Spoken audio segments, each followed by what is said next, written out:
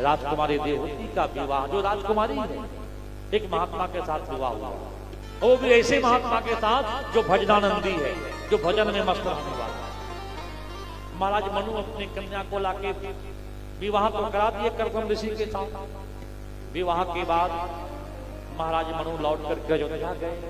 इधर राजकुमारी देवहूति कर्दम ऋषि की कुटिया में रहने लगे। महाराज मनु अयोध्या पहुंचे नहीं होंगे कि इधर कर्दम ऋषि पुनः समाधि में बैठे।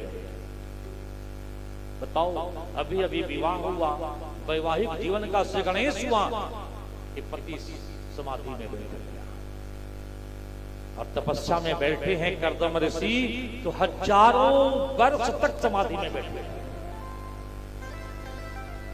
धन्य है राजकुमारी देवहूति, हजारों वर्ष का जीवन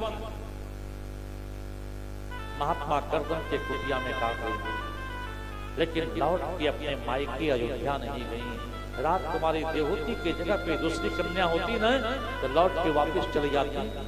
अरे यदि इसी तरह भजन करना था तो विवाह करके मेरा जीवन क्यों बिगाड़ दिए? विवाह ही नहीं करना चाहिए था।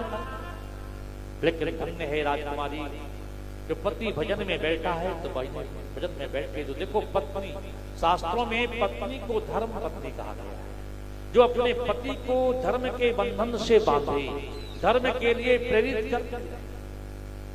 हजारों वर्ष तक महात्मा कर्दम समाधि में बैठे रहे, राजकुमारी कुछ नहीं बोली। हजारों वर्ष के बाद जब कर्दम ऋषि समाधि से जगे तो क्या देखे? करे हमारी कुटिया में एक बूढ़ी मैया बैठी। कर्दम ऋषि भूल चुके हैं कि मेरा विवाह। उस बूढ़ी मैया को देख करके महात्मा कर्दम पूछ रहे, देवी आप कौन हो? आप मेरी इस कुटिया में कहां से आ गई? माता देवहूति कर्दम ऋषि से कहने लगी, स्वामी याद कीजिए, क्या कभी आपके इस आश्रम में अयोध्या के राजा महाराज मनु आए थे? कर्दम ऋषि बोले, हाँ देवी याद आ रहा है, हमारे इस आश्रम में अयोध्या के राजा मनु आए थे अपनी कन्या राजकुमारी देवहूति को लेकर।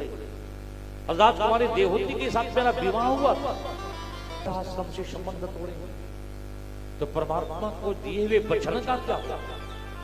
और हम तो हजारों वर्ष तक समाधि में बैठ गए। उसी क्षण कर्दम ऋषि तप बल से कामद विमान की रचना की। राजकुमारी देवहूति युवती बन गई।